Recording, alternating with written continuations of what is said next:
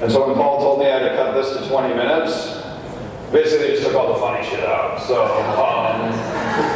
it's going to be real serious and sad. Sorry about that. There's not enough place for all my accoutrement up here. So I'm Michael Nieling. I'll do a little bit of introductions in a minute. I want to start, this should have been up here while I was kind of running up here, but I forgot to tell all that. So you'll figure out what I'm talking about soon enough. I want to start with a story. So, 3rd grade. I grew up in New York, gym class. I'm 41 years old, so this is about what it looked like. That's not actually my high school, or my elementary school gymnasium. But my teacher, a gym teacher, would walk in. Dead ringer for David Hasselhoff, only with a mustache. Her name was Mrs. Pazarakis. We used to call her Spazarakis. We walk in and there's a rope hanging from the ceiling with a like 1-inch rotten mat on the floor underneath it. And she's like, we're gonna climb that rope today. We're 3rd graders. We have the upper body strength of 3rd graders. Like, we're like, fuck that, that's not gonna happen. And so, it's terrifying. It's 25 feet up. Like, she's just like, climb up there, touch the ceiling, come back down. Well, besides Carter Schwartz, who's like the hairy-backed man-child of Lewisboro Elementary, none of us think we're going to be able to do that. Well, so Carter goes first. He just climbs up there and he's like, gets to the top, touches the ceiling. Yeah! And I was like, oh, God. So a couple other people go, they fail. You know, they don't fall, but they make it 3 feet off the ground. Then it's my turn. So, while I do have the upper body strength of a, 11-year-old at the time, I have 2 things going for me. One, my mom always kept me in super sweet sneakers. So I had, the vulcanized death grip of my Adidas that I was wearing. And I had a penchant for wearing brown corduroys every single day in elementary school. And so the wide whale had a lot of grip on the inner thigh region. So I started to get up there, and I just kind of scrambled my way about 6-7 feet up, and all of a sudden the thought enters my mind, what if I fall? And I just sort of freeze. And I look down at Mrs. Pazarakis, and I'm like, what if I fall? And in my recollection, she's definitely smoking a cigarette. She's like, do you want to fall? And I'm like, and she's like, starts yelling at the entire class, do any of you assholes want to fall? Now, to be fair, she probably didn't say assholes, but it was the 80s in New York. She probably said motherfuckers. She was definitely probably snorting cocaine at the time.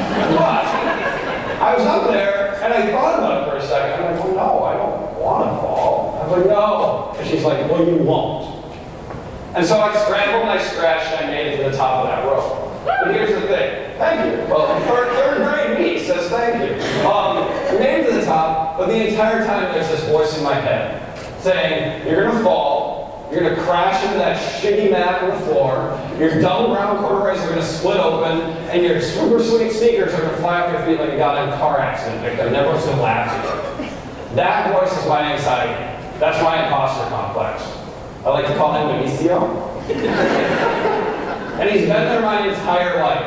And the dynamic has pretty much always been the same. Internal doubt and anxiety, external confidence and success. Constantly battling the feeling of being an imposter.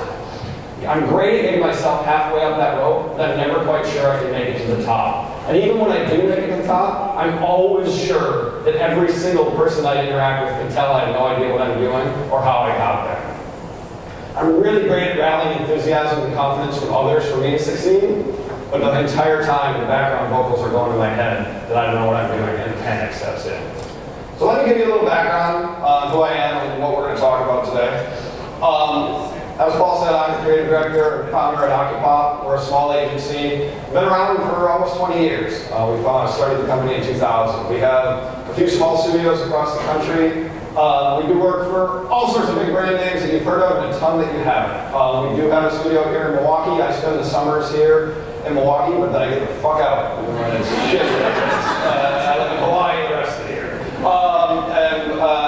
Beyond that, thanks to my success and the success of our firm, I've been asked to do a lot of talks like this. Generally, I try to share the stories that got us to where we are today. I try to share the philosophies and the neuroses that continue to shape our practices and our philosophies at the office. This is my story. This stuff may not work for you. But ultimately, I hope you can at least find a few nuggets of goodness in here. At the very least, you're going to be able to pat yourself on the back for not being as big of a dipshit as I am, all right? So, all right. Usually I start these talks with a series of disclaimers. In the spirit of time, I wasn't able to do that today, but there's one thing I should get out of the way first. I have a zoology degree. I've taken one design marketing class in my entire life. I have taught orders of magnitude more design and marketing classes at colleges across the country than I have ever taken. I have no business being up here. But the reality is I was actually, don't go there yet. I was pre-med in college. So that's why I got the zoology degree. They didn't have a general bio degree where I went to school. It's all the pre-med people got zoology degrees. When I was in my senior year of college, I was getting ready to go to med school, and I realized I really was only doing it because I thought it seemed like a good job. Wasn't passionate about it. There was a little element of it that was punk rock because my dad, the place where I went to high school was Rochester, Minnesota, and the Mayo Clinic was there, and this huge IBM plant was there, and my dad was an IBMer, and that's how punk rock I was. I was like, well, fuck that, I'm not being an engineer, I'm gonna be a doctor.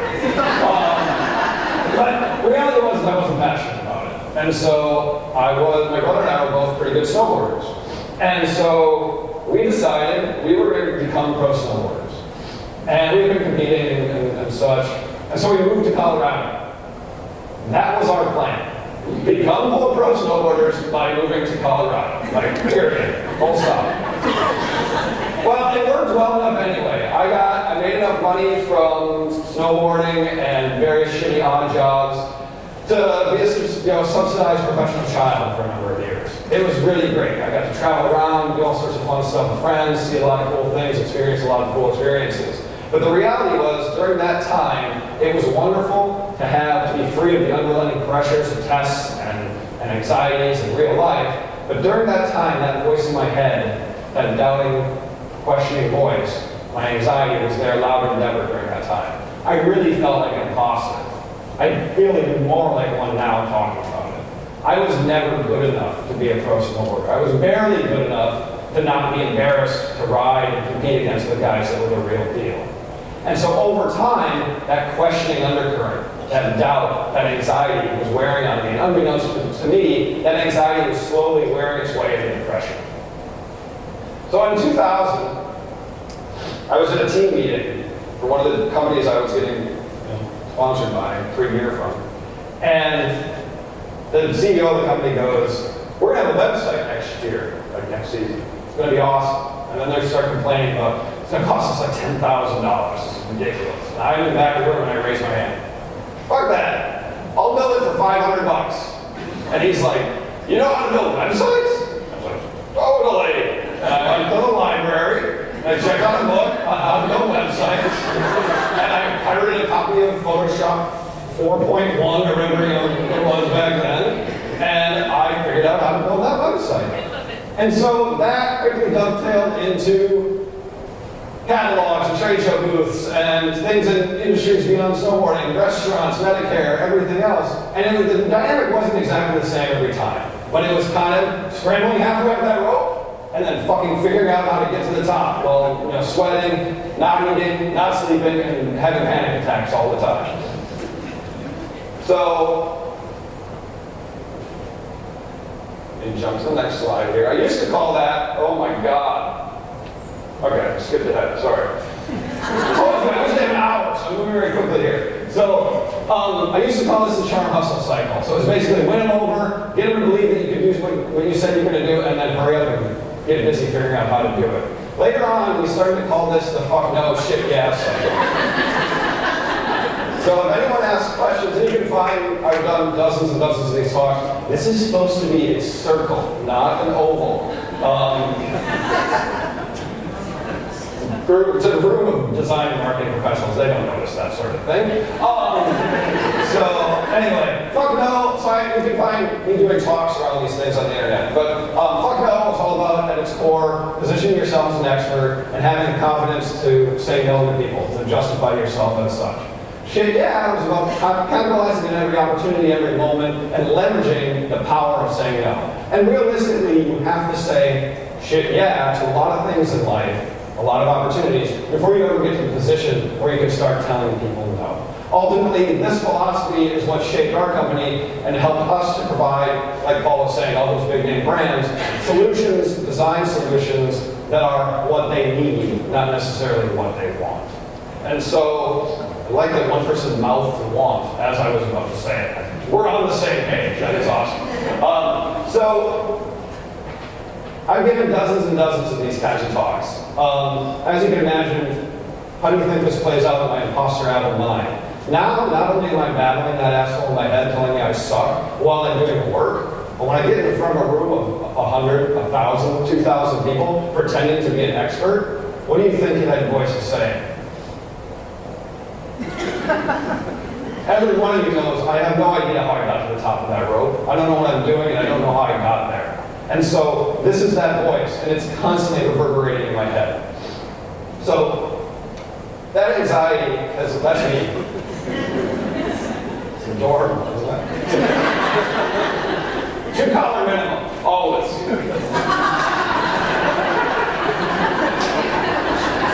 Men's fashion, it's all layering, we know that. So that anxiety has led to thousands of sleepless nights in my life. It's led to clinically dangerous weight loss. I've pretty much told people in my life, throughout my adult life, I am food intolerant. Just because I'm constantly sick to my stomach about anxiety.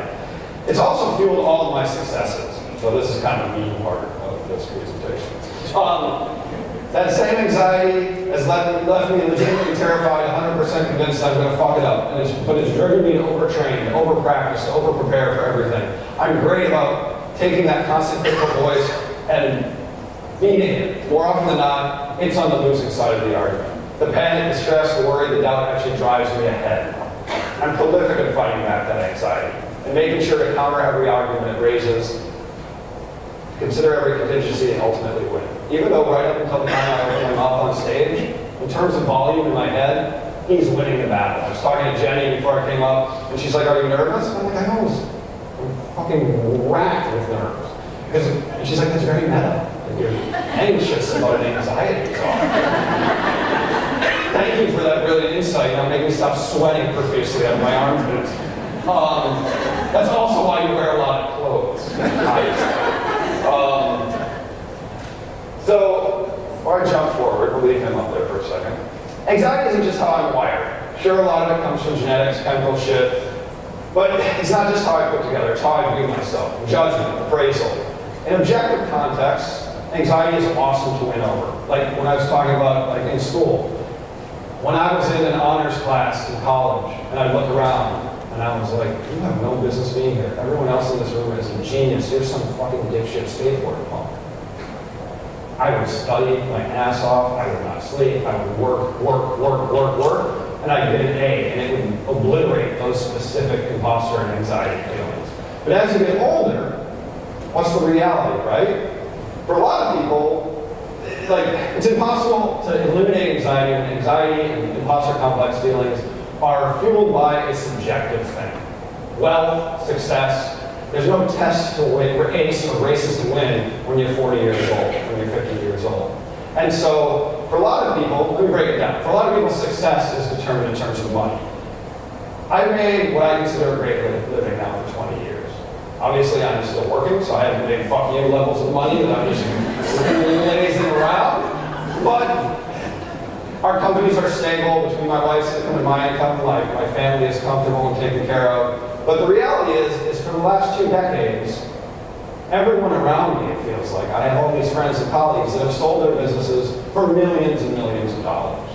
And so, though I've never been a person that's been worried about money or focused on it, the difference between having to worry about it and or having to continue to work or being done, that unintentionally became the race I was trying to win, or the test I was trying to get an A on. So when anxiety was forever screaming in my ear, "You're a piece of shit loser. Look at all these people around you. You think you're successful, you're full of shit." And I was never able to objectively refute that asshole. So when anxiety is telling you you're your boss here and you can't get it proven wrong and you're never achieving success and everyone else is killing it, what do? You overwork, you overtrain, you overprepare. So if I felt like an imposter, I was sure as shit never to let anyone onto it, right? And so I would work 16-hour days all the time. I would respond to emails in the middle of the night. I would make sure that people saw I was working at 12 a.m. and they saw I was working again at 4 a.m. I wanted to build up a facade of being a superhero that could do anything. And this worked, kind of, on a number of levels it worked. One, the more I worked, the more I felt like I was getting closer to that, or I felt like I was at least trying to achieve that level of success or wealth that I was hoping to aim for. Secondly, it worked because no one was never confident or comfortable or whole. People around us were blown away. Everyone couldn't believe how responsible we were. They couldn't believe how fast we got things done. We would get shit done that people expected to get done in a week, we would get done in a day. Things that, so people were, I would work, I took calls at 2 a.m. on Easter morning, whatever it was. I was always available, and not because people needed to be me, but because I told them I was available. I was a superhero, and I could do anything. I worked incredibly hard to build that reputation, and I worked even harder to maintain it. I lied about and shirked family obligations. I would never in a million years say, no, I'm sorry, I can't get that done over 4th of July weekend.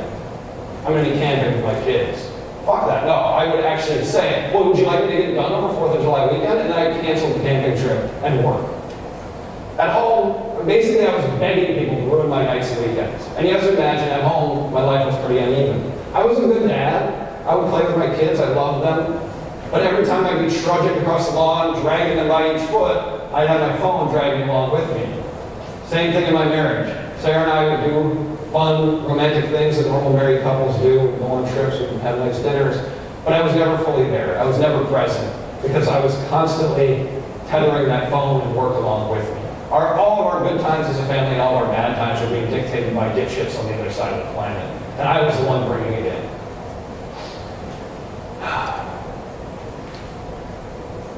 So I didn't think I was going to have time to do this, but I'm going to go for it. Where am I at, timing-wise?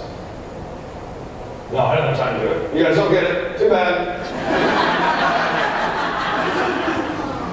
So the reasons in retrospect for this are simple. I built up that facade too much to let it crumble and reveal I was a regular person. Two, every hour every day had monetary value to me. And so if I wasn't going to work my ass off, how was I going to achieve that level of success? So all that left me detached from everyone I loved. I was on edge and short and constantly wound up, and I felt guilty for any moment I wasn't working. So then in the winter of 2012, middle of the night, I wake up, screaming, double over in pain. I can't breathe, my entire left side of my body is numb, my chest is collapsing, I'm having a heart attack, 36 years old. I reach over and I wake my wife up, and I tell her what's happening. She freaks out. In my life of being a skateboarder somewhere, I've hurt myself in many, many, many creative ways. And I have never not been able to pull my shit together, at least calm down enough to be like, all right, this is going to be all right. I felt like I was dying. So I got to the airport, or I got to the airport, the hospital. I'm going to die, might as well be traveling. Okay. So the reality is that the doctor came in, they had sedated me, and I woke up, and he's like, you don't sleep very much, do you? I was like, well, I did like 4 hours a night. I was like proud of that because that was the facade. Like our dipshit president likes to brag about the same sort of crap. And so he's like, you didn't have a heart attack. He's like, you probably felt like a heart attack. You probably fully believed you were dying. He's like, that was a panic attack. Now, in years of all these minor sort of anxiety attacks and living with anxiety, I never had an attack like that before. But it shouldn't have been a surprise. Through the 2 years leading up to that, I hadn't been sleeping, I hadn't been eating, I was a mess. I would wake up in the morning and at this point, that attack was a tipping point. Shit went downhill from there. Like, I fell into a full-on depression, I could do nothing. I would wake up in the morning and all I wanted to do was go back to sleep. But I couldn't sleep. So I tried to throw myself into work, but I had no motivation, no creativity. I was certainly not prolific like I had been before. So then I decided to make the thoughts go away and then darkness go away with nauseating levels of exercise. I would run forever, I'd get home, rehydrate, go bike forever, get home, go back to the gym and do a workout. If you can't breathe, you can't think, was kind of my philosophy. But the reality is none of it was really working. And so then I felt like I was drowning, physically and mentally, 24 hours a day, except for when I was with my kids.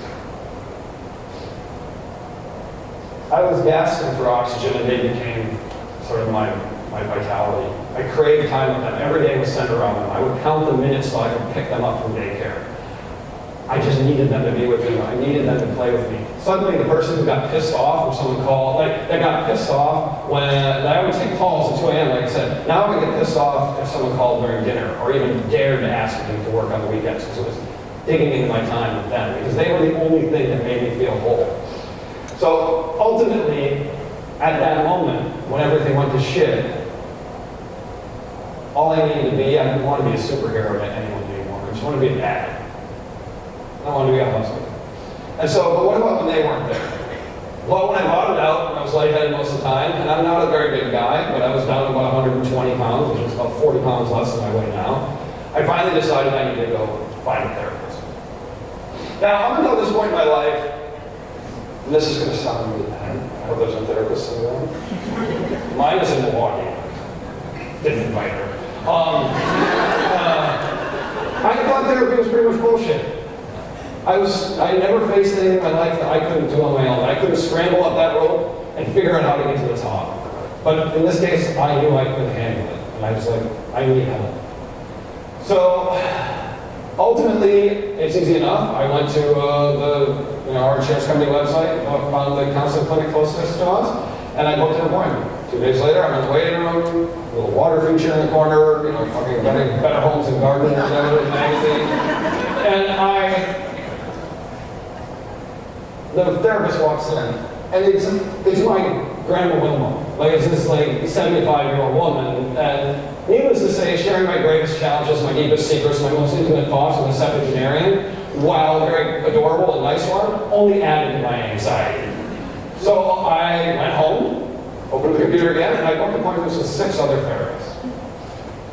And I didn't know exactly what I was looking for, but I shared the same things with each of them. I broke down the same ways. I lost my shit about the same stuff. And I kind of had a general framework of what I was looking for. One, I knew they needed to be smarter than me. I didn't want to be able to control that conversation. I wanted them to be nice, but I didn't want them to be just a shoulder to cry on. I wanted to tear down my unlivable life, my unrealistic dynamic, with the same tenacity I built it up with. I didn't know how to do it, but I wanted to rebuild it all. And I needed an architect to help me draw up the plans. So first of all, the first one was too old. The second one couldn't keep up. The third and the fourth were super nice, but they were too nice. They totally could bullshit them and control the conversation. The fifth one is the one I actually went with, or I almost went with, but when I was meeting with 6 and 7, my wife stole her.